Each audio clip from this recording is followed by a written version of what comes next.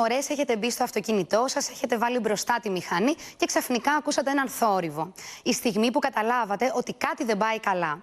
Ορισμένοι επαγγελματίες μηχανικοί έχουν την ικανότητα να αναγνωρίσουν το πρόβλημα από τον ήχο που ακούνε.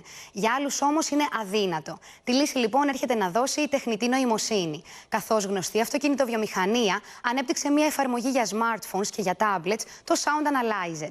Το Sound Analyzer χρησιμοποιεί το μικρόφωνο της συσκευής για να ακούσει τους διάφορους ήχους. Το λογισμικό αναλύει τους θορύβους και τους απεικονίζει. Στη συνέχεια, η τεχνητή νοημοσύνη συγκρίνει την εγγραφή με πληροφορίες από την βάση δεδομένων και παρέχει αναλυτική περιγραφή του αποτελέσματος. Αυτό, όπως καταλαβαίνετε, κάνει ακόμα πιο αποτελεσματική και ακόμα πιο γρήγορη τη δουλειά των τεχνικών, καθώς εντοπίζουν αμέσως τη βλάβη στο όχημα. Η τεχνολογία, όπως βλέπουμε, κάνει τη ζωή μας ευκολότερη. Έχετε σκεφτεί μήπως πως αν υπήρχε επικοινωνία μεταξύ ποδηλάτων και οχημάτων, θα μπορούσαμε να αποφύγουμε αρκετά ατυχήματα? Εταιρεία λοιπόν τεχνολογίας έχει εξοπλίσει δοκιμαστικά ποδήλατα με συσκευή πλοήγησης, όπου δείχνει την ακριβή τοποθεσία τους και έναν πομποδέκτη 5G που μεταφέρει τις πληροφορίες σε κοντινά οχήματα. Η ιδέα βασίζεται σε ένα μέλλον όπου τα πάντα είναι online για τη δημιουργία έξυπνων δρόμων και έξυπνων πόλεων.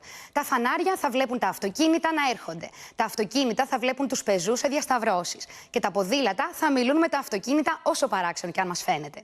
Υπάρχουν ποδηλάτες που χρησιμοποιούν ήδη μάλιστα αυτή την τεχνολογία, ενώ οι εταιρείες αυτοκινήτων έχουν προειδοποιητικό χαρακτηριστικό σύγκρουσης, όπου το αυτοκίνητο φρενάρει αυτόματα για ποδηλάτες.